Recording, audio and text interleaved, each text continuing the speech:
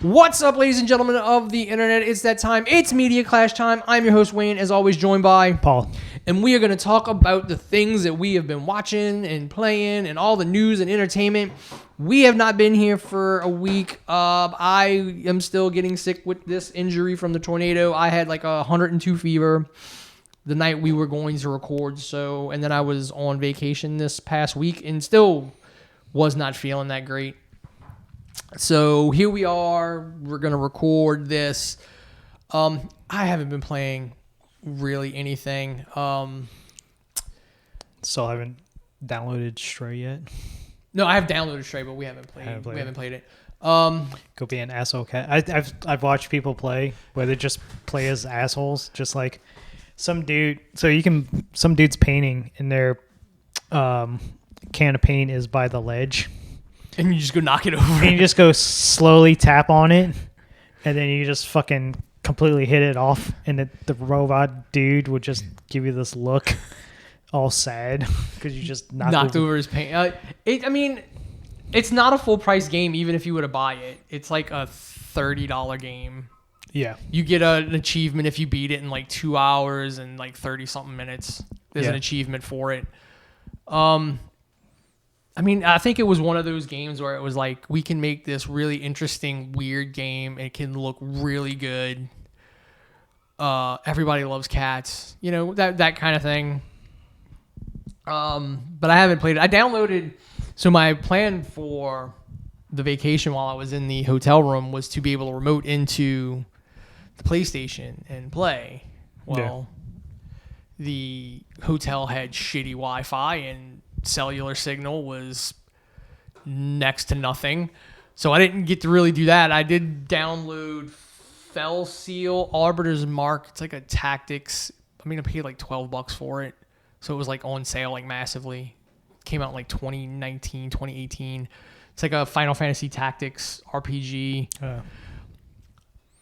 I'll see how far I get into it. I'm not a fan of the art style. I'm waiting because Ogre Tactics Remastered or Remake or whatever leaked. Supposedly there's another Final Fantasy Tactics, like that NVIDIA leak from months and months ago. Like so far, everything that was on that leak is legit. Also, I think the didn't y'all get what came out this month for y'all? A part of the Plus. All the Yakuza games. Yeah, that's it. So now you get to play Yakuza. I can go get all the Yakuza games now. You'll be here for hours. Yeah, all the Yakuza games, because I think Like a Dragon's amongst it and all the other ones. Yeah, play Zero. And just work my way through them. That's what I did. I'm on 4 right now. I'm still waiting for like my Sokaiden PlayStation 1 Classic. So I think it was Sokaiden 2. I'm still shocked they still haven't made an Onimushi remake or reboot, like Ghost of Tsushima style, but with demons and shit. And there's no telling. I think there's rumor going around that Sony's gonna buy Square. I can see it. And Final Fantasy's been exclusive for them for a long time. Yeah, and like Final Fantasy VII Remake was not supposed to be. And it has ended up being like PlayStation, and I think it's on PC. Like it was only supposed to be exclusive for a year. Yeah.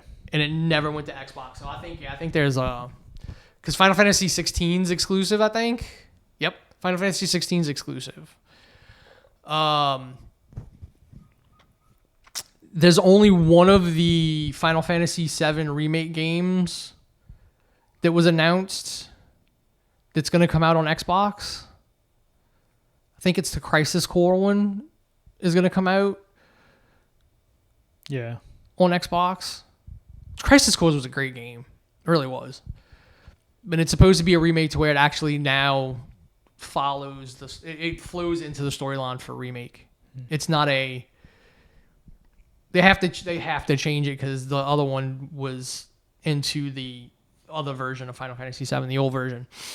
But I mean, I know everybody like that I listen to game stuff on is like, they don't want them. And I mean, I kind of don't want them to either. But if anybody, because again, it's one of these arms races where everybody buys everybody. If anybody's going to buy Square, I'm like, I'd rather Sony do it. Sony is fighting the Microsoft Activision merger. I guess there was a court hearing or something because Microsoft has to go to all these different countries and prove that it's not unfair business practices. And in the Brazilian case, Sony's like Call of Duty, because they were trying to say Activision does not make an essential game to video games. Like they're saying nothing that Activision makes is essential to the industry. Meaning that like if they wanted to make everything Activision has exclusive, it wouldn't hurt the industry. And Sony's like, Call of Duty is literally a hardware mover for all the consoles. So if you take that game away, which is year after year the highest selling game in the world, that is going to directly affect the business of Microsoft's competitors. So, yeah, you may see that deal fall through or with caveats that certain IP cannot be exclusive if they want that to go through. Because, I mean, I haven't played fucking Call of Duty. I haven't owned a Call of Duty game that I paid for since the original Modern Warfare 2. No, Black Ops 3, the one that had Michael Rooker in it. I've got all the Call of Duties. I've played them all. I usually get them day one. Unfortunately, Vanguard wasn't well received because of just... I mean, it's still fucking sold. Yeah, it's still sold a shit ton. It's a Call of Duty. Yeah. Again, that's why Sony's like... Yeah. No. There might be other titles that Activision Blizzard has that are not essential to the game industry. But that one's going to be... They could probably argue Diablo 4 will be. Yeah. Unfortunately, my copy of Vanguard that I've downloaded makes my Xbox think it's overheating and shuts itself off. It only does it for Vanguard, nothing else. And they haven't there's no patch that has come out. That can't be a one-off thing. There's got to be other people having that. Because that's got to be the program telling the CPU to run faster. Because when I first started doing it, it was around when Vanguard came out. And it wasn't, the only time I'd do it was like multiplayer. Like if I was doing the multiplayer stuff. Well, yeah, when the machine was really pushing. But if I play anything else for way longer time, like twice the time, like the Yakuza games, no problems. Yeah, that's a software issue that's telling the CPU to like overrun. Yeah, because I would go, because when it started doing that, I just went back to Cold War and just started playing Cold War again. And never had a single problem. But for me, I played a little more of. I had SummerSlam on in the background on my computer as I was playing Power Wash Simulator. Dude, some of those are like really fun. Like when I got Car Mechanic Simulator years ago. It's on Steam, and I loved it. Like it would tell you like to do the tutorials, and I'm like, I fucking need a tutorial. Fucking yeah. There's a new one that just came out, I think today, called Mortician Simulator. I know there's an Autopsy Simulator on one of these. It's either on PC. No, I think Autopsy Simulator is a VR game. Oh. Even more hilarious. I seen probably the greatest thing ever, speaking of simulators. A dude did you see the guy with the truck simulator set up? He literally has He's got one of those F1 simulator rigs, doesn't he? So he's got a rig. The dashboard is like a real fucking big rig. He has 4 TVs surrounding him. So he has all the fucking like he's got 2 windows and 2 windshields. His truck, like he literally has a 1-for-1 replica of a fucking big rig, and he plays just, I guess, streams himself playing. Dude, that's one of those high, like that's F1 level like the F1 drivers. Yeah. Like that's how they in between race, because you can't just go take an F1 car to a track and practice. So now it's gotten into like high end, like hundreds of thousands of dollars simulators that run every possible thing that a car, like an F1 car, could do in a race.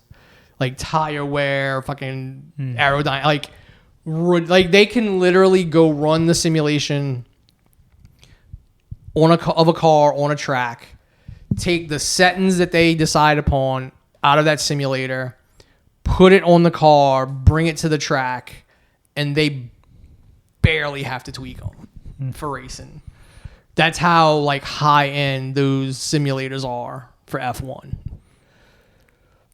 I did kind of laugh. Somebody's comment, the video of him showing us off, of like, does he mod this out so where he can pick up the hookers and murder them and dump their bodies somewhere? I mean, look, they did what was I think it was on Xbox when they did the Mech Warrior setup like that. Armor Core? No, was it Armor Core or was it a Mech Warrior? Where it was like... Yeah, it was Armor Core. It was Armor Core? I think it was Armor Core. Yeah, fuck. I mean, some of those peripherals are ridiculous. Yeah. Other than that, I came very close. Battlefield 2042, whatever, 2042, whatever it's called, was on sale. It was like $50 off, or 50% off. So it was like regular edition $30. The high end edition was like $70 or something like that. I mean, yeah, if it was like dirt cheap, I might try it. I almost bought it, and it was like, man, it's still $30. Yeah, like that's the only thing. Like I haven't bought Far Cry 6 yet, and I want to buy it. And it was like, I think the base version of it was like $24, and I'm like, I haven't beat Ghost of Tsushima yet. Yeah. I was like, I'll wait until Black Friday sale and see if it goes down any further. Or just buy a fucking... And it's an Ubisoft game, so I'm like, could it eventually be on? Because I think at some point Ubisoft is... Like PlayStation, the premium thing is getting... Like the Ubisoft... Streaming thing? Yeah. Yeah. I think Xbox has it. I know they got the EA one connected to Game Pass. They may have the Ubisoft one and the EA Play. Maybe? I don't know. I have to look. EA Play only gives you like... I mean, EA Play isn't like... It's older games that you get to play for free. But fucking Ubisoft is like, all right, you going to play Assassin's Creed or you going to play Rabbids? Or Watch Dogs? Yeah, I mean, because I think the original Watch Dogs is a part of the PlayStation thing. Dude, like there's the older Assassin's Creed games. Like, I at some point I'll play Rogue because I never did play Rogue. Well, they got Skull and Bones coming out. That's the PlayStation podcast I listened to is like, who's gonna play Skull and Bones? When when God of War comes out the next day, I'm like, me. I ain't playing God of War. Fuck that game. I still haven't played the first one. Or the 2018 God of War. Is it next year? Skull and Bones? No, that's this November. Oh, November. October. Yeah. I forgot It's like the 8th, the 9th. I forgot God of War got delayed till next year, and then they pushed it back to this year. Yeah, so it's like God of War. It's like Skull and Bones, and then the next day is God of War, and then didn't you tell me like Midnight Suns? Yeah. Is like the day before that, and I'm like, yeah, I'm gonna get Midnight Suns, and I'm gonna get Skull and Bones, and I'm not worried about God of War. Seen Dr. Disrespect showed off his game. No, I didn't see. Yeah, they did a reveal, so you can play it early access demo, I think, of it. Imagine Tarkov meets something else. Like, I forgot what they said. It's like kind of a blend together of. So if you like the Tarkov games. But, yeah, they did a big, you can find a video online. They released the name.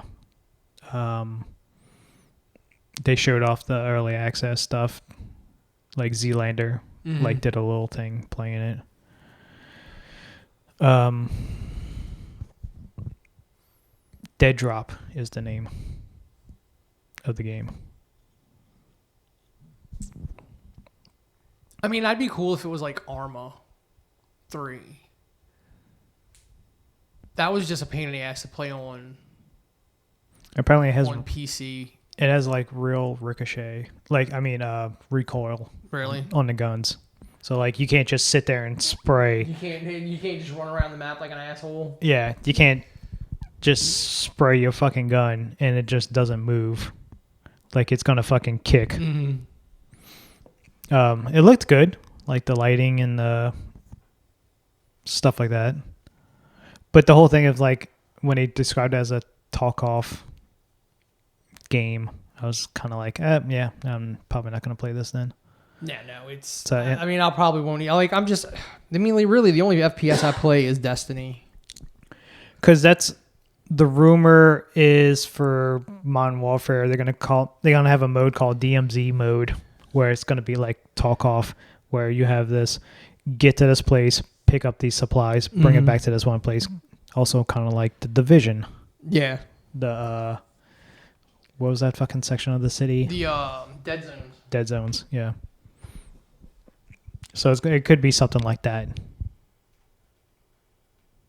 I just hope I hope the new Division game, whatever it is not a battle royale like somebody was saying it is. I hope it's like a full-fledged like Division 3 kind of game.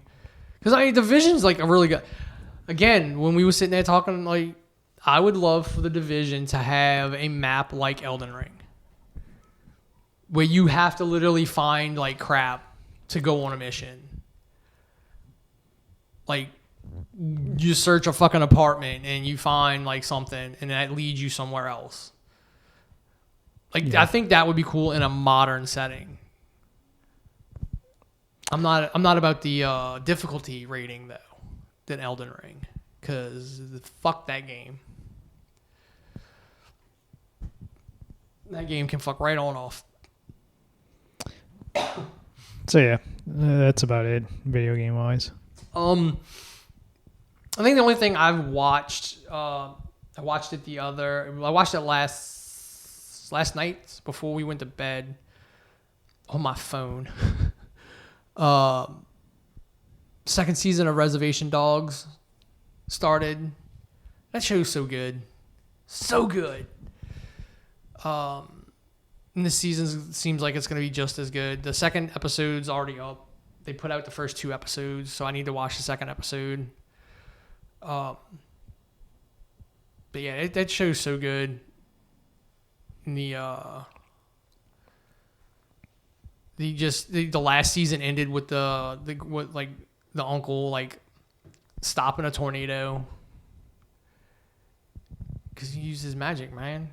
The Native Americans, they are connected. Yeah. Like they, there's literally a spirit in this show. They like gives people advice. It's great. Yeah. He's a bumbling idiot. He's not.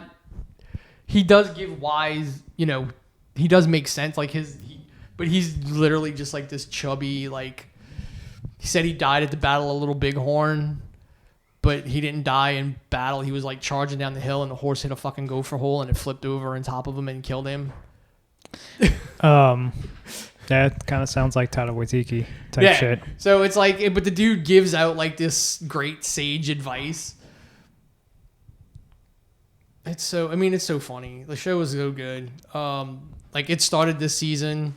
They're trying to undo a curse that a white wizard put on somebody because they couldn't find somebody on the reservation to put a curse on this girl. So they went to this dude at the bar, and he says, I can do it. And they went back to him to get him to take the curse off. He's like, that's above me. You're going to need like a level 5 wizard or something to take the curse off of him. I still don't get why you don't watch What We Do in the Shadows. I'm sure I would love it. I just couldn't. This is shit like that Yeah, you see on What We Do from the Shadows. I know. I'm just, it's just one of those that I'd never. It's on Hulu. I know. I don't know. I'll eventually watch it. Yeah. Other than that, like I haven't really. Yeah, I think the biggest thing that I want to watch right now is on Hulu, and I'll probably just watch that tomorrow. Then. Yeah. Prey. Yeah, I have. There's going to be quite a few things we're going to be talking about next week. Yeah. Because I have Prey to watch. I'm going to watch Bullet Train. The Woodstock documentary. About Woodstock 99. Yeah. And then Shudder has a Gwar documentary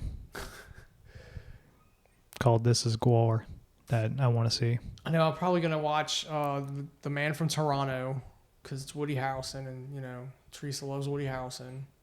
Oh, the fucking Kevin Hart film? Yeah. Okay. Why is every Kevin Hart film now is like Kevin Hart and his white friend? Because it's funny. And or his co-stars, like. It's funny and it crosses over. Because now he's making those crossover movies to make money. He also has another Netflix film about to come out with Mark Wahlberg. Yeah, it's it's crossover movies that make money. He ain't dumb. He kind of plays the same character in every fucking. Yeah. He don't have to do anything but be himself now. Nothing but to have to be himself.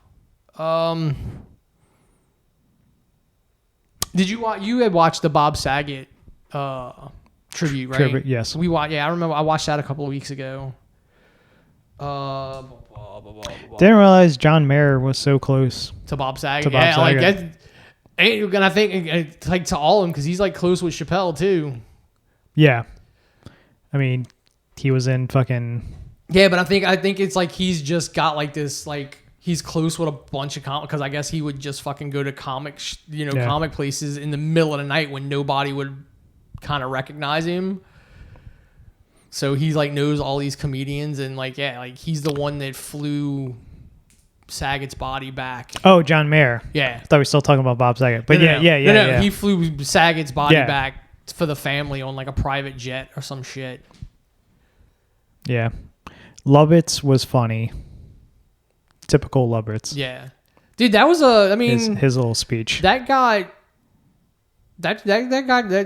pretty intense. I mean, I'm sure there's a lot of stuff that was cut. Like Jim Carrey was awesome. Like just wild, weird, fucking Jim Carrey.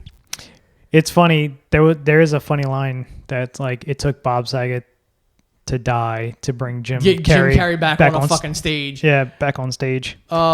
Chris Rock said it. Yeah, that was Chris Rock's thing. Who was there for the beginning and then never seen again. That's one thing. I think there's a lot of stuff. I think that was they were probably there for hours. Oh, they filmed it multiple nights. Yeah. Maybe. I want to see more of the fucking eulogy thing at the actual private ceremony. Because it was weird. The Tim Allen thing was just weird. Because fucking Chappelle. Chappelle was did I tell you the other thing I watched was Chappelle's acceptance of that theater getting named after him? Yeah, you told me about that. Yeah, dude, that's such a great half hour. Like people give Chappelle so much. I'm like, he is the man is wise. It's to hear him talking about his time at that school and like everything, like how he became he's got some experience. He's been through some shit to know like. He is wise from experience. I mean, to check out the Bill Burr's new one. The Bill Burr one, the new one is good. Red Rock. Yeah. I do love and agree with the WNBA bit. Oh yeah. Like even where we all at, yeah. Even fucking WNBA people agreed with them. Like where y'all feminists at? Because y'all failed the WNBA, not us. Yeah. Like the NBA subsidizes your league. It loses money every year. Yeah, and just how disconnected, Republicans and that are. Fucking Trump says that girl that got arrested in Russia, she makes a bunch of money, I assume. Why she's doing, like, bro, she wouldn't have been over there trying to play fucking basketball if she made a shit ton of money. LeBron James in 1 year makes more money than the entire fucking league does. Yes. Like all the players combined. He makes more money in a year in his salary than the entire WNBA players do. So there you go. Like, as far as what I watched, the main thing that we'll end up talking quite a bit about, What We Do in the Shadows is also still amazing. I gotta go watch Wellington PD on HBO Max before it disappears. Oh yeah, that'll probably be gone. Oh, I got a copy, so you're good. I don't know what the fuck they're doing with Only Murders in the Building. Like, this season has been so badly written. There's only 3 episodes left. And you're no close to trying to even remotely know who's the killer this season. Because they've been so focused on side stuff. Because at this point in the first season, they're already setting up all these people as suspects. And you're trying to figure out who really killed Tim. What's his face? Whatever his last name was. This season is. This whole episode's about this one thing, this side thing. This episode is mainly about. It's when your writers try and start being clever. This past episode has to be one of the worst. Not because it's mainly about Selena Gomez's character, Mabel, who's still like, I don't like her acting. It's the fact of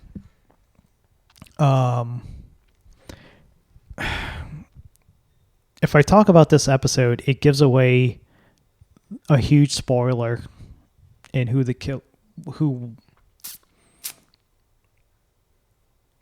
it's a huge spoiler in season 1 of what happened, who killed Mabel, Selena Gomez's best friend, and set up the boyfriend as the murderer. They bring that character back for this episode to help Mabel do something. And they try to paint him as a sympathetic character. That's horrible writing. Because every villain's got to be sympathetic at this point. Literally, this... Fuck. Yeah, he's not a good person. He is not a good person. Yeah. This is writers trying to be... This character is the one that murdered her best friend and set up the boyfriend. This is the one that tried to kill you. They're trying to set up their own little Hannibal. But now it's like, oh, at the end of the episode, it's like, oh, thank you for helping me and blah, blah, blah. It's like, why are you... They're trying to create their own little Hannibal. That's what they're doing. There's a big thing that I fucking could not stand in this episode, which is going to give away who I'm talking about if I talk about this one thing, which, fuck it, I'll say it. So Ted. Okay. I think it was his name. Anyway, he's Death. He's Death in real life. He's a real actor with not just some random guy who knows sign language. He's the guy who accidentally murders Mabel's friend, and his dad, Nathan Lane, who's fucking great in the show, is this big time deli, owns a whole bunch of delis, like famous delis in New York. So he has a ton of money. So he takes care of it because Nathan Lane's character is from I wouldn't say the mob. He's stereotypical New York. He's a bad guy. He knows some shady people. So he makes it look like the boyfriend did it. Meanwhile, their big subplot with them is they own a he's a mortician, like his son's a mortician. Mm-hmm. Or works for a mortician, and basically they steal the gold tooth and jewelry and all this other stuff from the dead people, put it in the urns, and ship it to basically sell it on the black market, and that's how they get that money. So that was like one of the main subplots of the show.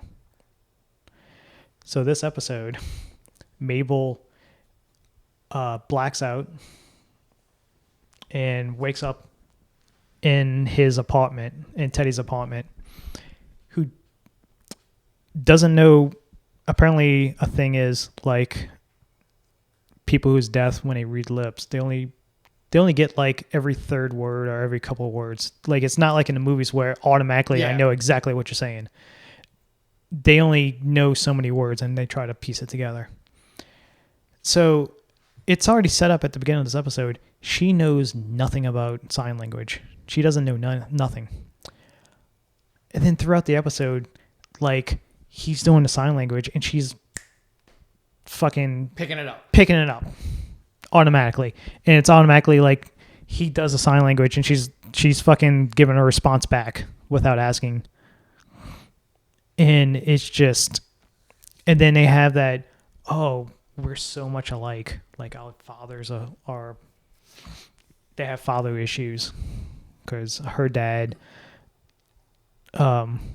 she's from a divorced family. Her dad was big into puzzles and they used to do puzzles together whenever she would stay with him.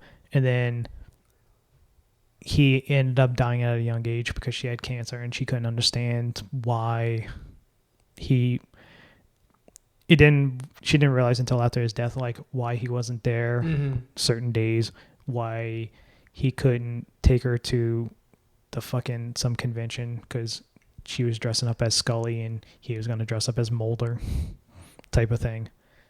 So by the end of the episode, they're like, oh, we're so much alike. And trying to set up their own little Hannibal. And it's like they basically try to set up Theo as a sympathetic character. And then it adds nothing to the main plot. Like they find out the killer works at Coney Island. And then that's about it. So like this season is kind of Amy Schumer. They brought her in to basically take place of Sting from season 1. And she's only in the first episode and never seen again. They're doing this weird other subplot that involves Tina Fey's character, who also does a podcast. But she does one of those true crime podcasts that's like listened by millions of people. Mm-hmm. So yeah, it's not the best work. Like it's not living up to like season 1. Well, I mean, sometimes you just have a really good one-off story and then it shows that you had a really good one-off story when you try and make more of it. It's also kind of doing the Agents of S.H.I.E.L.D. thing where they're focusing most of their episodes, most of the shows now focused on Mabel's character this season. Oh yeah, so it's her character's not strong enough to carry a show. Not even close. Yeah. Her acting is not. It's once again, you put her with Nathan Lane, you put her with fucking Steve Martin Shard, all these fucking great great actors that can do this show, and it just kind of just shows her she's not ready. And now she's going to be she just got cast in the lead for Oh God, what the fuck? They're gonna remake. Hulu just announced it. They're remaking fucking Roadhouse with Jake Gyllenhaal. He's a method. Like I can see him getting ripped. Conor McGregor is going to be in the film. So this is his first big acting. Wow, who the fuck is Conor gonna play? He's just got to be a bad guy, a generic. Oh, of course guy. he's going to be the bad guy. I want him to be the Terry Funk character. That would be awesome. He gets crushed by a fucking stuffed polar bear.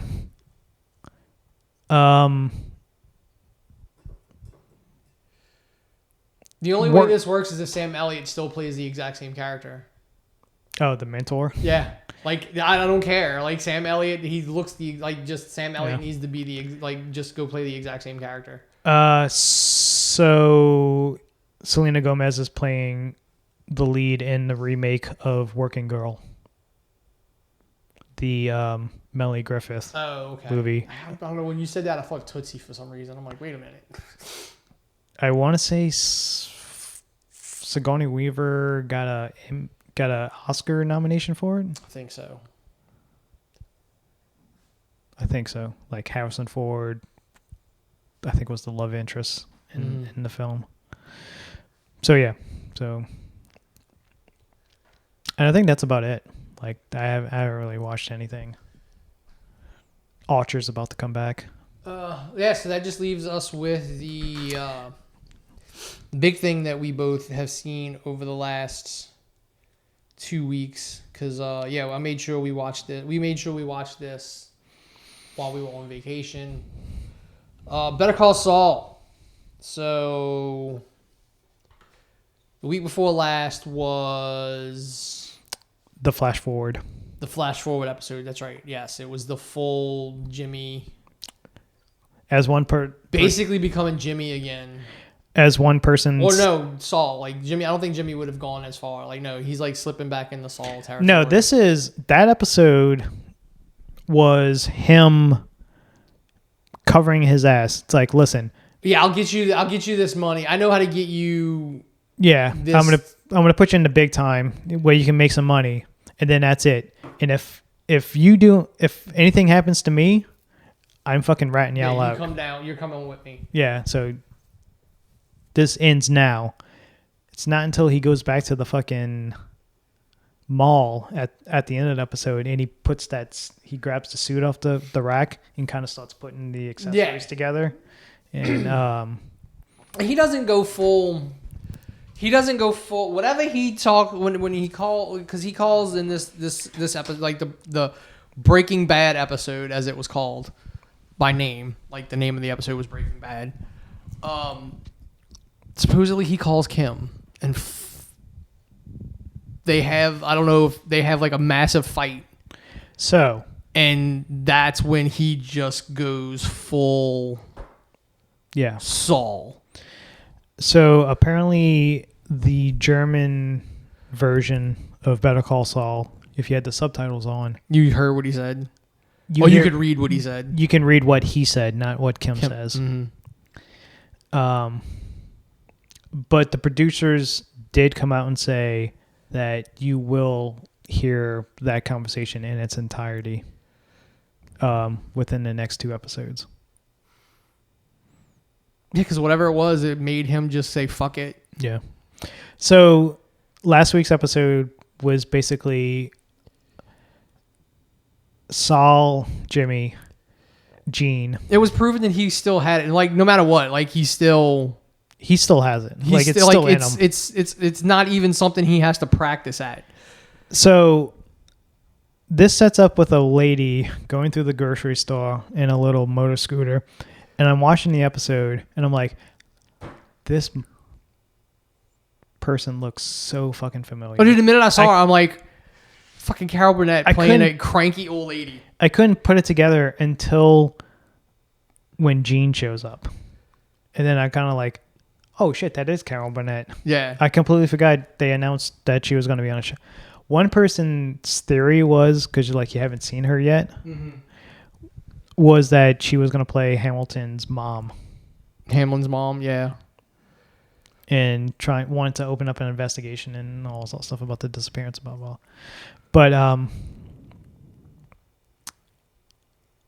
But it's really, she's the mom of the character that basically figured out that Gene was Saul. Yeah.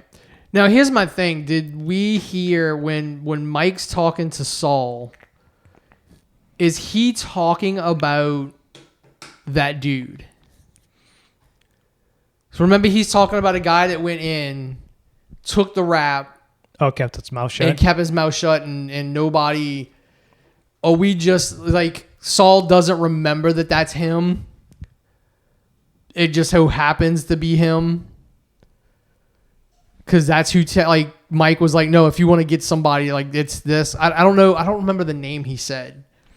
Unless that's supposed to be Huel or... No, Huel already had Huel. Could be fucking Bill Burr's character. Yeah, so that's what I'm saying. Like, it's got to be somebody, because he was telling him that's who he needs. He's loyal. Yeah. And then telling him to stay away from Walt and Jesse. The this week's episode is basically Jimmy still keeps in touch with the secretary. Yeah, I don't know if that's like this is the first time or like a... This is probably an ongoing thing. Because, I mean, he seemed to be very surprised at like, you would have assumed if this was a ongoing thing, like, he would have already known that all the companies were, like, empty. Like, she gave up whatever. Like, I think this was like, he reached out some kind of way. And that's why she was so nervous, really, because, you know, she says she's being followed. She says she can hear the phone line being recorded. And I guess the money was there. So the money was probably always there. Yeah. In the drainage. I love that, though. Like, yeah, go to the rock that looks like New Jersey. Lift it up. There's a Coke tab. Pull the string. Yeah, that conversation on the phone gave so much information about what happened after Breaking Bad, that time period. Because I'm guessing right then, that has to be El Camino time. Yes, because they said that Jesse's car got found by the border. Yeah. And that's how, like, he made it look like he went to Mexico, but he really went up north. And then you find out Hugh finally got out the room. Yeah, like, I did like how they explained it. Like, they were like, yeah, they, you know, whatever, because they held him without, and like, so they would just hold him poor Huel, and they were like, oh, because that was the big shit. Because that was the big thing from Breaking Bad. Like, yeah, you didn't know what the hell happened to Huel. And of course, did Huel ever get out of the fucking hotel room? Of course, he's from New Orleans. I think he really is from New Orleans. Yeah. I think the guy really is. But I mean, like, it's one of those, you know, just like weird character. Like, there's a character on This Is Us. It is Randall's mom, like real mom, and of course she's from here, and she was like this screwed up, you know, teenager who ran away and, you know, got hooked on fucking heroin and shit. You know, so of course that character's from here, because a fucking character from here can't not be fucked. So poor Huel's from New Orleans can't not be, you know, involved with some shady shit. I mean, what am I saying? Every fucking story that I've ever written that takes place in this city is fucking full of fucking shady ass people. It's a shady city. Yeah. And yet everyone we talked to about where we were from was like, oh, I want to go. Because all they know is that romanticized fucking version of New Orleans that fucking the city puts out. Yeah. You found out Bill Burr's character is just gone, disappeared. Nobody's heard from him. Oh yeah, they said like, why the hell would I know where? Yeah. I guess they couldn't get him back for a cameo, or unless they were filming Mandalorian shit. Maybe. No, that would have been way before Mandalorian. I mean, way after Mandalorian. Or he's in season 3. Yeah. Because he was going to be on that Rangers of the New Republic okay. show, and clearly that didn't happen. Fucking Gina fucked everybody on that one. And then you find out the nail salons are gone. Nail salons are gone. Laser tags are gone. Yeah, the laser tag, the big investment that he tried to sell to Jimmy, first to Walt, then to Jesse. The all the offshore shell corporations. And she's like, "You put me on the board of a goddamn shell." Of course, I gave it up to him. I mean, shit, he had to have a shit ton of money then.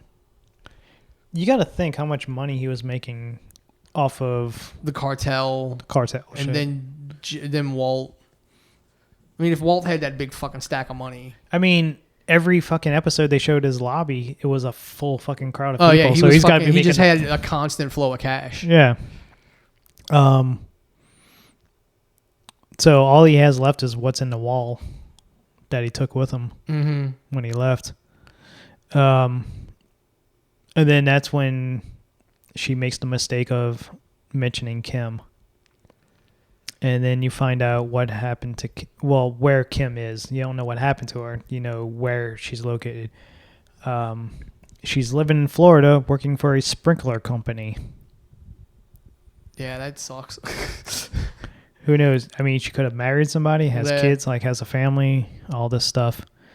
I mean, they haven't, I guess, seen each other for 3 years? Between Better Call Saul and the Breaking Bad timeline? Breaking Bad takes place how long? It's not a year for every season? I have no idea. They mentioned how much time it is between... I think it's like... When they skip... It was 5 years from the beginning of Better Call Saul to the beginning of Breaking Bad. And you got to figure this episode, like when he went full Saul, it time jumped like a year and a half probably, because they pick up the season 2 like his first appearance. Because literally, now this past episode was season 2 of Breaking Bad. Then it's kind of like the opposite side of. It's like mid-season. Season 2. But it's the opposite side of that episode. You're seeing stuff that you didn't get to see in that episode. So, going back to Gene, after he talks to Kim, you don't hear what happens. You don't hear the conversation. He's very pissed. And then goes back to... I think his name's Terry. Terry? Goes back to him and was like, all right, you want to do this? I got a plan. Yeah. And they start fucking roofing fucking financial advisors and stealing credit cards and they just emptying fucking financial advisors like accounts and shit. Yeah, I'm guessing it's all the people that's in town now.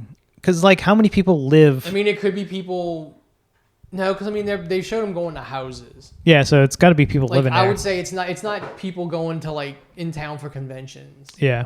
So it's got to be it's just he's knocking over these bank people. And who knows how far out of Albuquerque this They're goes. actually going, yeah. No, how far out of Ohio, wherever he is in Ohio. Oh yeah, right. Yeah. I'm sorry. Yeah, Nebraska. Yeah. Nebraska. And so,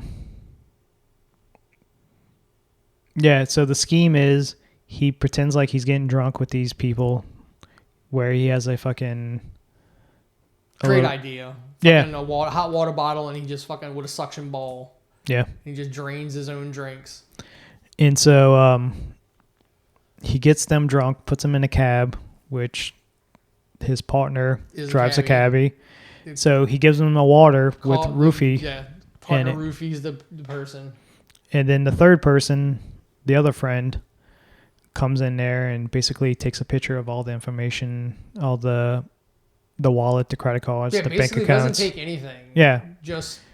And then they turn around and sell it to... some third party. Yeah, third party. Pays him for it. And apparently they won't find out their shit was stolen until like months later. They won't realize that that all their information was stolen. Seems like it's a good plan. Stacking up money.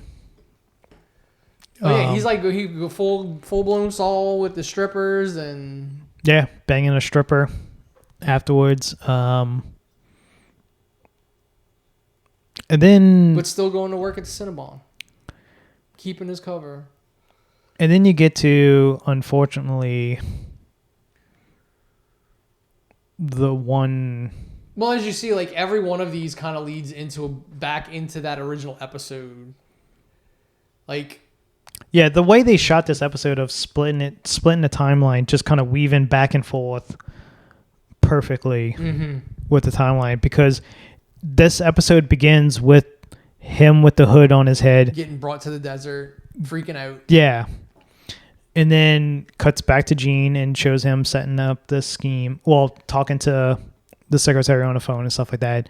And then setting up the scheme. And then it kind of cuts back to Walt and Jesse talking to him. And then after that is when, like, he starts, doing they start doing the thing, and when he gets to this last person who has cancer, and it's like the dude won't go through with it, and he's like, just because he's got cancer doesn't mean he can't be an asshole, and I speak from experience. The guy doesn't want to do it because his dad had basically cancer. had the exact same thing, because he recognized the pills in his pocket. But going back to the Jesse thing, Bryan Cranston looks exactly fucking hasn't aged a bit. Like, it looks exactly, acts exact. Like, the only thing is, I guess they didn't want to put a ball cap on him. So he's got the beanie on. Yeah, he has the fucking hood, his ski mask, kind of covering his hair, so you can't see his. Fucking what's his face looks older. Everybody was killing him on Twitter. I mean, because it's like a 40-year-old playing a 19-year-old. Okay, like who? I mean, it's. And the producers came out and kind of in defense of like not de-aging the characters. Why waste the money? Like it wasn't needed. Yeah. Like, who it is. You know what they're supposed to be doing. And it's so fucking good. It's like, god damn, I miss these characters so much, because it's like all these years later they still fucking they still got it, especially Bryan Cranston. And then, like, I like, even the things they were doing lead into like what was going on in those episodes following, because he's like, you gotta take the key out. He takes the key out of the RV because if but then I think that later in that episode in Breaking Bad, or like the next one, like the fucking RV dies and they get stuck in the middle of the fucking desert because Jesse doesn't take the key out. Oh yeah, that episode. So that's what I'm saying. Yeah. It's the little. It's Vince Gilligan and his great writing being able to put the little fucking things in. Yeah, the giant test tube that he pulls out that Odenkirk is holding in his hand is the same one I think they put the goldfish in. Yeah. Which is why the joke about the goldfish is there. Yeah.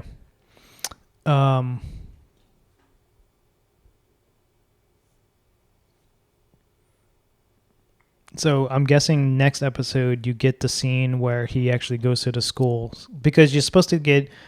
They might not show the scene because like the scene in the school is in Breaking Bad. Well, is in Breaking Bad, so you would have to see something from another angle, and so we got the scene with all three of them together. Yeah, so now you need one. Now it's the two scenes of Saul with them individually. And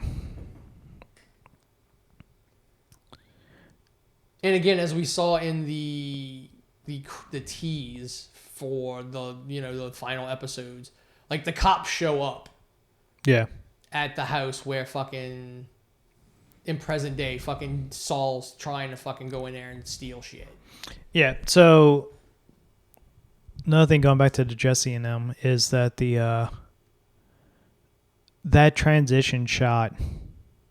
Oh, in the grave. Is so fucking good. Yeah, that was a great fucking transition. Two great transition shots in this fucking episode. One, the grave, transitioning to Gene lying in the bed. And then the second one is when they go back to the cancer patient, the cancer guy's house. He opens up the door, and then as he closed the door, it cuts to Breaking Bad when he shows up at the school in the parking lot. Yeah, so it's the thing is, one, Chuck was right about Jimmy. Yep. He's a good guy. He's got a good heart, but he doesn't know when to stop. Like, he doesn't know when to call it. And it shows perfectly in this episode. That conversation with Kim is just said, like, he basically said, fuck it. It's not that. It's the fact of you're making money. It's like the third guy said in the group. It's like, listen, we got a good thing going. Let's just forget about him and go to somebody else. But that pushes him at the end. Jimmy can't fucking let go. Anything go, yeah. I mean, he's almost pulling a Kim at that point. Kim couldn't let fucking Hamlin go. Yeah. So she threw away So what she was gonna have because she needed to get Hamlin. She needed to see it through. So now, once again, Jimmy's downfall is a guy with cancer. It's the second time. Because that now so beautifully sets up the scene with Mike and Jimmy in his office where Mike basically did recon on Walter. Yeah, he told him to leave him alone. Yeah, it's like, he's small potatoes, just leave him alone. Like, he's nothing. But Jimmy can't. Yeah. Jimmy sees potential. He sees money. Mm-hmm. And then after watching this episode, it's like, if it wasn't for Jimmy, there is no Breaking Bad. No. Because Heisenberg doesn't go. He doesn't. He doesn't go any further than probably Small Fry, who gets killed off at some point. Yeah. Or he sped up the timeline. Yeah, because I mean, here's the thing: without Saul, he doesn't meet Gus. But without Saul, who knows what happens to Jesse with the girlfriend's OD? Yeah. He'd have got busted because Mike cleans up the entire apartment. Yeah. And that's basically what fucking cleans Jesse up. All those people on the airplane would have survived. Yeah. No. No, what blew up the airplane? No, the dad. The girl still would have died, so the dad still would have had a mental breakdown and the airplanes would have crashed. Unless Jesse would have got picked up earlier. Yeah. Or no, because he was making money. He might have been not making as much money to because he tried to go clean, right? I think that's what makes him go clean. Well, he was clean at that point and she took shit. No, because he started using, she was clean. She started using. So it's like, fuck it. If you're using, then I'm using. Yeah. And then she ends up ODing. But I think he was. No. He was. No, it probably. Because she didn't. Walt could have saved her and chose not to. Yes.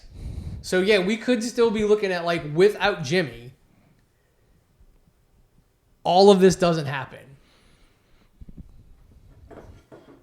Because who knows? Them two could have separated at some point. Mm-hmm. I mean, didn't somebody try to kill Jesse on a corner, and that's when Walt runs him over with the fucking minivan? Yeah. So I was like, Saul really is what put everything in. Yeah. Another key piece of information you find out from the phone call to the secretary is that Skylar basically got her deal. So she didn't go to prison. And it's confirmed that fucking Walt's dead. Did they confirm it? Mm-hmm. He says it didn't. The heat didn't die down when the maestro died, and she's like, no, if anything, it got worse because Skylar got her deal. Oh, okay. So that just leaves him and Pinkman. Yeah, and that's when she's like, Pinkman's car got found at the border. Yeah, they can't find Pinkman, so you're the only one they're going after. One left. He's got what, FBI, ATF probably after him. Yeah, ATF. I mean, fuck. At this point, probably like somebody from every branch. ATF, DEA. Yeah, definitely DEA. Here's the thing, like they would like he has nothing. Like he can get arrested. He has nothing. See, Gus is dead. Mike's dead. Walt's dead. Yeah. The Salamancas are fucking not existent anymore. Fuck, who knows? Is the fighting? Yeah, like the fighting over the territory. Who's actually running the drugs? Who's in charge there anymore? Because the whole fucking cartel got killed. Yeah. Fucking Gus killed everybody. And then Gus dies. So he has no information on anyone to like cut a deal. Walter was the only one, and then the skinheads came in. Mm-hmm. So they were the big fish. They got fucking wiped out by Walter. Well, like there's nobody left for Gus to. I mean, there's nobody left for Saul to cut a deal to get out of this. And it's also, you look back now, it's seeing Jimmy this way, especially with the cancer guy. It's twice. 2 people have died because Jimmy couldn't let something go. Yeah, because that may be what the cops are there for. They might not bust him. He might go in there and that dude's dead. Like, that might be what it is. No, I don't think it's that. I think he wakes up because it's been so many hours, because the roofies might be wearing off on him. I mean, or the roofies affected him to where he's dead. That's what I'm saying. Like, the dude's dead, and like Jimmy, like Saul calls and makes up lumps of, we have drinks or whatever, and he forgot this, so I came to bring him his wallet. Yeah, it could be a whole red herring type thing to get out of it. Because the whole fucking Crossroads thing really, like they showed the episode before, the tease was for like him pulling up at the Crossroads, which yes, it's a metaphor, yada yada yada, but it didn't really. Yeah, he's at a crossroads at that point in modern day. Like he has the choice to like not be Saul and just stay in his mundane life that he has, or he can go back and try and reclaim, Saul Goodman in some kind of way. Yeah, make some money. Yeah. But the Hamilton died because of him. I mean, honestly, if you go look at it, everybody else dies because of him. No. I'm talking about just in Better Call Saul. Oh, in Better Call Saul. Hamlin died. And the other huge... His brother basically... Yeah, his brother killed himself because of Jimmy. Because of Jimmy. Because his brother, I guess, kind of started it with when Jimmy not being proud of Jimmy. When he got his things that Jimmy couldn't let shit go. Like he could have just let his brother he could have let it go, but he couldn't let it go. But his brother was stealing his case because it was technically Hamilton's case. HHM's. HHM's, and then that started him changing the paperwork, making it look like Chuck was crazy. Yeah. And then he ended up committing suicide. That's couldn't let it go that time. Couldn't let it go for Hamilton. Well, tried to let it go, but Kim talked him back into it. He followed Kim.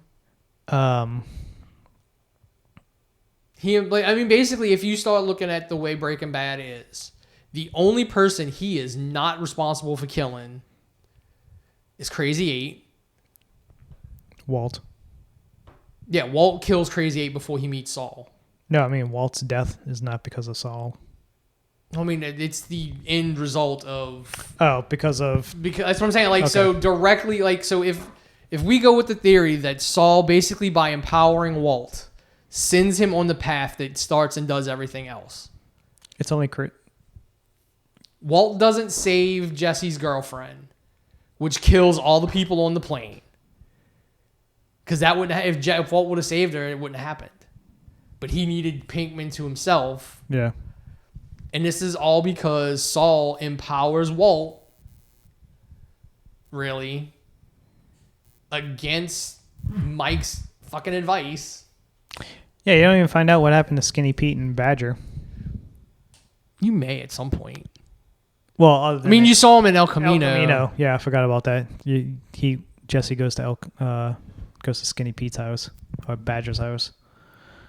Yeah, because Skinny Pete's the one that gives him the idea. Like, no, we drop your car off at the border. We don't hide it too well. You want the cops to find it, but you don't want them to find it right away. Yeah. It was a good movie. It was all right. I think in the context of having all three of them, it's better. Because it's one of those, you had two hanging threads. You had Jesse and you had Saul. So you either have to just accept it that Saul goes on the run and he takes his vacuum cleaner getaway and it's done. Which then just left Jesse. What the hell happened to Jesse when he got away from the skinheads? Did he go and race in Need for Speed? Like that's it. Yeah. Because that was the next thing he did. I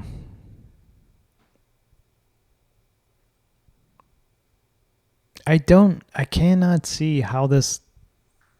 I don't know how this show ends. I don't know. It's going to be a very interesting which is why I think the dude's just dead and Saul talks his way. Like he calls the cops to come in.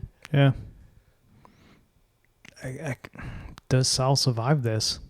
I thought they said him and Kim would be like seen together again. I don't know. Yeah, supposedly they do have a scene together. But unless he's in jail and Kim comes. Unless it's a flashback. Or it's a flashback, yeah. Did they ever show the first time they met? Yeah. The mail, like them working in the mailroom.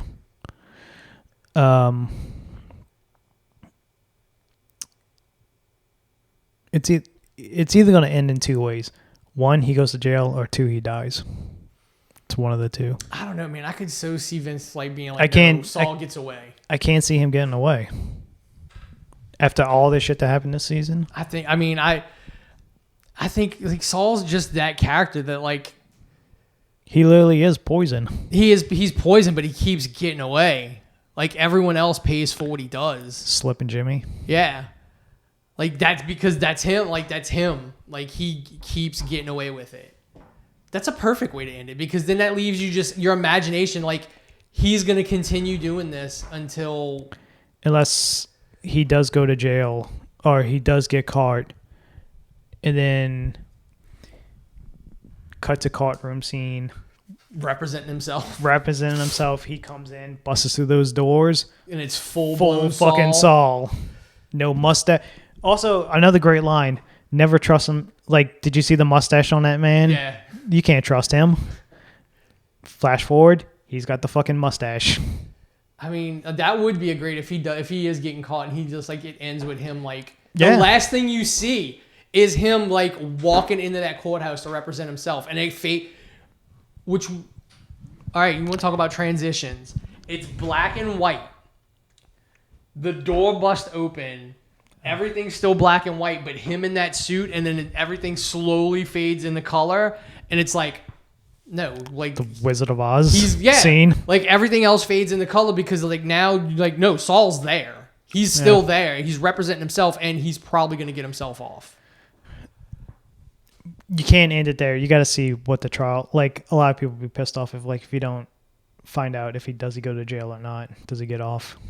And that's when Vince goes, look, man, future story. You love this future story. How about a different, like, I'd be cool if he came out and said, you know what? There might be other stories we're going to tell. For a split second, when I seen the teaser for next episode with the cop car and the police, like I was thinking about, I was like, man, he's going to get caught. And then I'm like, this is how they bring Kim back. Kim's the one who defends him. And I was like, wait, she gave up a fucking... Doesn't matter. She could still... I mean, can she practice in that fucking state? she would have to go past the bar in that state. Yeah, I mean, that's depending on the time jump. Yeah, it's what I'm saying. Like, of him in jail. It's not impossible.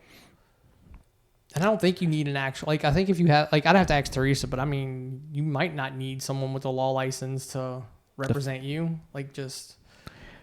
It's also, she didn't sound too happy. Well, that's what I'm saying. Like, on the phone. to me, like, that was another thing that kind of pushed him over. Like, whatever that conversation is. Yeah. Which is probably, we're thinking they're going to see each other. Like, that's probably what we're going to see. Them together in a scene is them talking on the phone to one another. So the first mock from this episode that he takes a... The loud, obnoxious guy. Yeah. So apparently that's Buzz from Home Alone. Wow. I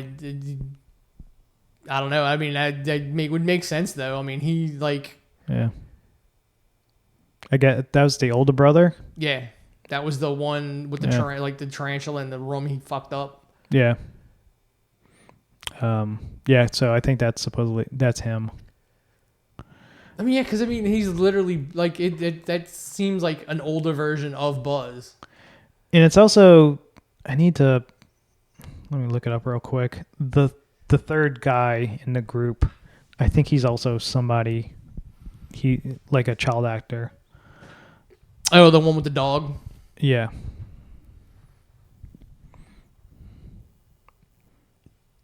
Well, Breaking Bad got a 9.2.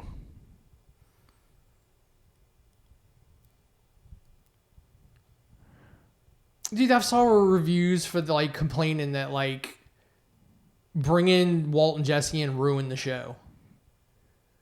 The guy's name's Jeff in the show, the taxi driver. Oh. Yeah, I saw people reviewing it saying them bringing them in just breaks the show. I'm like, how? That's all. This was always going to be where Better Call Saul went. Always. Yeah, the third guy, he's done a ton of shit. The Outsider, The Banker, Passage, Dynasty.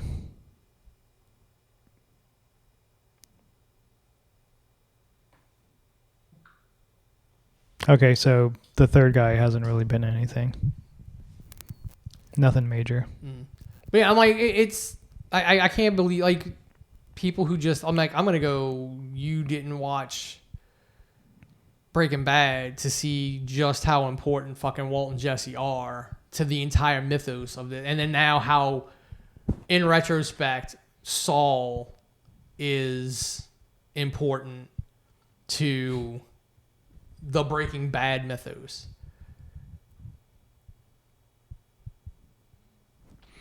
One of the stoner guys from the beginning of the episode that runs out to the apartment, that totally not stone, totally not sticks and stems, seeds and stems. Yeah, seeds and stems in the fucking.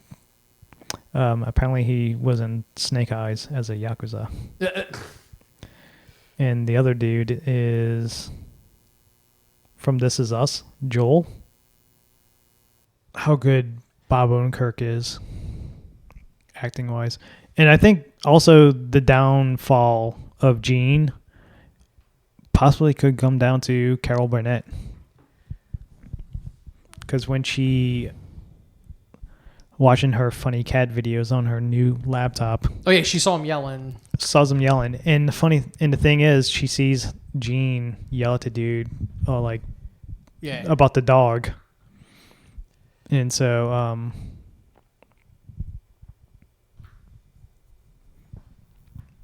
possibly she's the one who calls the cops.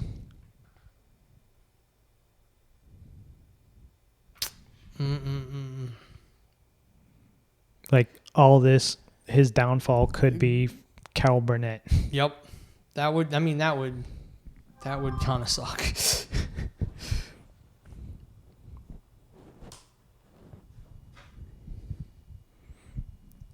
Yeah, that's the thing. I don't know. How do you end this? Oh yeah, the first guy is that's the dude from Home Alone. This picture right here, I can see. Yeah, that's him. Yeah.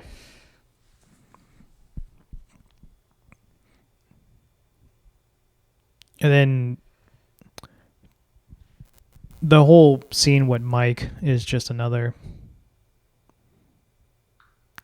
I guess, huge moment in the whole Breaking Bad universe. Because, like, if you just would have listened to Mike, you probably wouldn't have made as much money as you would have, but still. Because it's even when Jimmy acts as Mike, does the big guy? Is this coming from the big guy? From the guy whose name shall not be named. He's like, no, he doesn't know who this dude is. Like, he's small potatoes. He doesn't pay him any mind. Oh, dude, he was on 3 episodes from 2020 to 2021, so it might be the last season. Okay.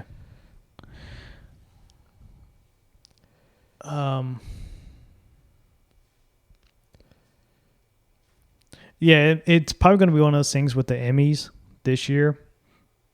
Better Call Saul probably won't win anything and might pick up a lot of stuff next year. For the second half of the season. Bob Odenkirk probably definitely will because the whole heart attack thing could play into it. Yeah, I mean the show is really, really good. I don't care like people complaining that Walt and Jesse broke it. I'm like, no, it didn't. It fucking makes sense. I don't know how you break it. Like, eventually you have to show that. Yeah, because they were like, oh, now what? It can't get on rely on its own. I'm like, no, it's always been leading to this. Better Call Saul, this whole fucking Walt and Jesse have been holding this show up since it started. Like, every episode has been a fucking character from Breaking Bad. Yeah. Like, again, these are people reviewing it who probably never actually watched Breaking Bad. There's characters that's never been seen, but they've been talked about once. Yeah, that's what it is. This is people who never watched Breaking Bad. Because, again, it's a lot of these people, as we've gone over the fucking ratings before, there are a lot of people who did not watch Breaking Bad.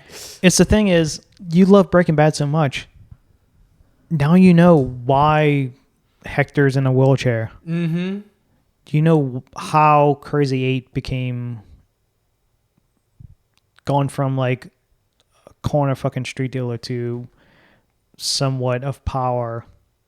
And then he was a fucking informant. Yeah. Which is why he, all of a sudden, oh wait, this dude that was of some importance was a fucking informant. Yeah, now you see why. And why he was allowed to get to where he did.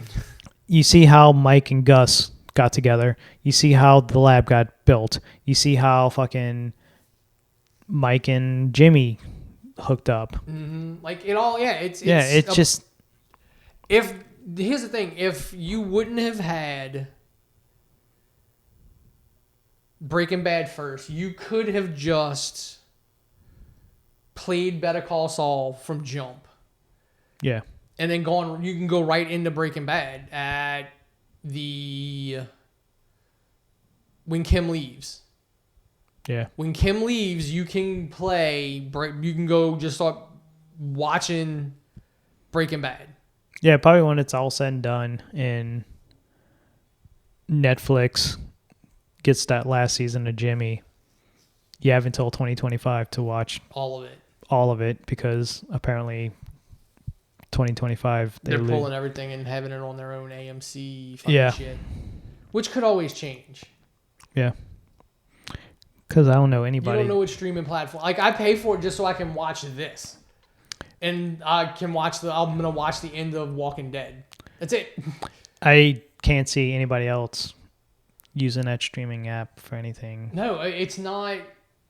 It's not worth it. Because The Walking Dead ain't as popular as what it used to be. No, and it's almost over. Like, there's 8 episodes left, I think. Yeah. 8 or 16. I don't know. Like, the Tales of The Walking Dead might be interesting.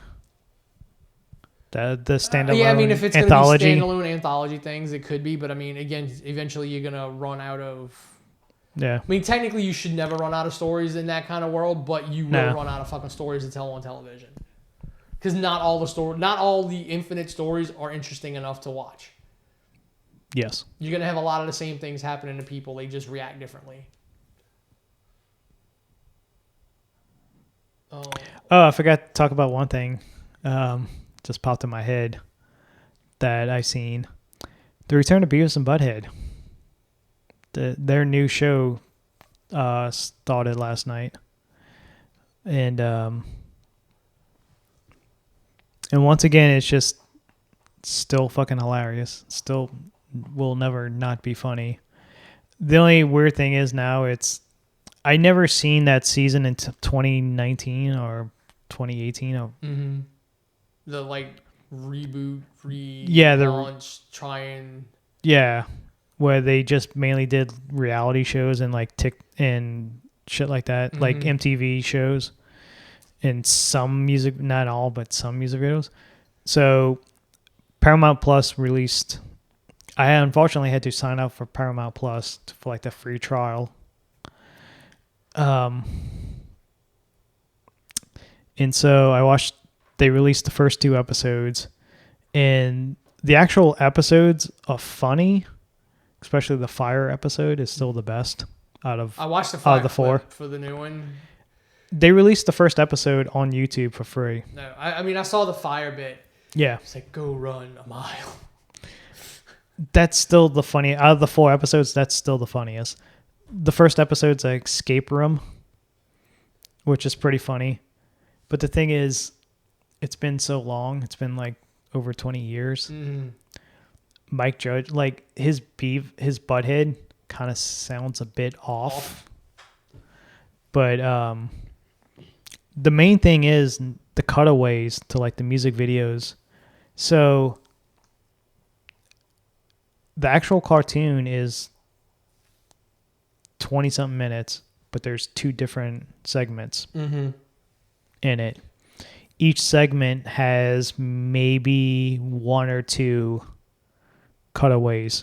Either they watch a TikTok video or they watch a music video of some random fucking person. And then the 2 music videos was fucking hilarious. There's some country singer guy who makes a shitty fucking video and they just shit all over it. And then the second episode has BTS song, and it turns out Beavis is a closet BTS fan, and Butthead just fucking makes fun of him. It's very funny the way they did it, because you don't want to piss off that fucking fan base. No. But yeah, it's definitely, if you like the original series, it's pretty much the same thing. Like, if it ain't broke, why fix it? Yeah. I mean, as long as it's that, like, I was worried. It was just going to be some weird, let's try and redo it, but it's not going to work. Like, if you watch this past movie that came out last month, it's basically that. And the movie was very good. But yeah, it's the exact same thing. It's still fucking hilarious. That chicken wants to go get on that sofa so bad. But yeah, unfortunately it's on Paramount Plus and I had to fucking sign up. That's just So they have the old episodes from the 90s and shit. Do they? But it's highly fucking, we got this episode from season, like, it starts off at season 3, but we only have 1 episode from season 3. They don't and then have season everything. 4, we have because you can only, and also only certain, the Mike Judge collection. Yeah. Because they had music videos in that, but they had to get the rights. They had to now go back in. They're probably having to go episode by episode and get the rights to everything. So they have some episodes with music videos that they still have the rights for to show. So I don't know what company Paramount is owned by. What bigger company?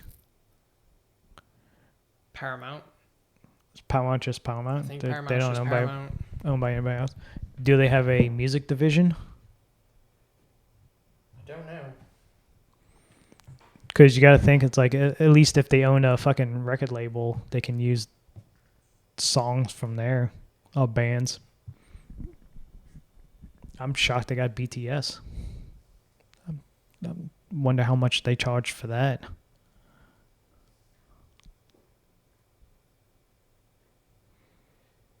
It's Paramount is owned by Viacom.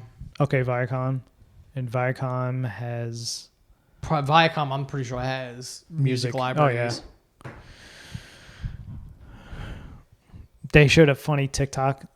Like a dude. So Paramount is owned by CBS. Viacom CBS.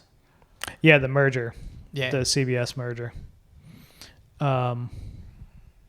There's a funny TikTok video of a guy showing you how to make a prison tattoo on TikTok and them making fun of the guy, like his accent. I'm pretty sure she watches that guy too. On really? TikTok, yeah. Okay. I'm pretty sure she does. It's fucking hilarious because they make fun of his accent. Yeah. I saw parts of it. I didn't get to watch the whole thing, but I did see parts of it. Take a saltine cracker. Take a saltine cracker. No, take a saltine cracker. So yeah. Let's do it. Just thinking about fucking Beavis and Butthead makes me laugh. You gotta get the sweat. Sweat on a saltine cracker. I have to make a prison tattoo because I killed your mama for eating all the saltine crackers. I have to put a teardrop under my eye. Like I said, Beavis and Butthead will never not be funny to me. It never gets old. I can watch it 100 times. They're the fucking old men in the goddamn skybox. They're like the Muppets. Oh, yeah. It's what they are. Like, fucking... that kind of, like, deprecating humor, it never really goes out. The best $30 I've ever spent was at a Wizard World one time, and a dude was selling those bootleg copies on DVD of like various movies and TV shows and stuff like that. And they had a box set of every single episode of Beavis and Butthead, all the TV specials, all the movies, all the commercials, anything they've been in. He had it. He had it. And good quality too.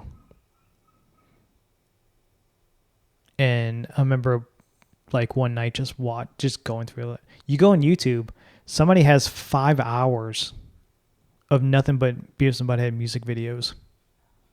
That's fun. Yeah. And I did that one night. I was playing some game and I had that on my computer. Just playing it in the background, laughing my ass off. There's a chicken here, and it jumped up on the sofa with one of my cats, and my cat's looking at it like, God damn it, chicken. What are you doing?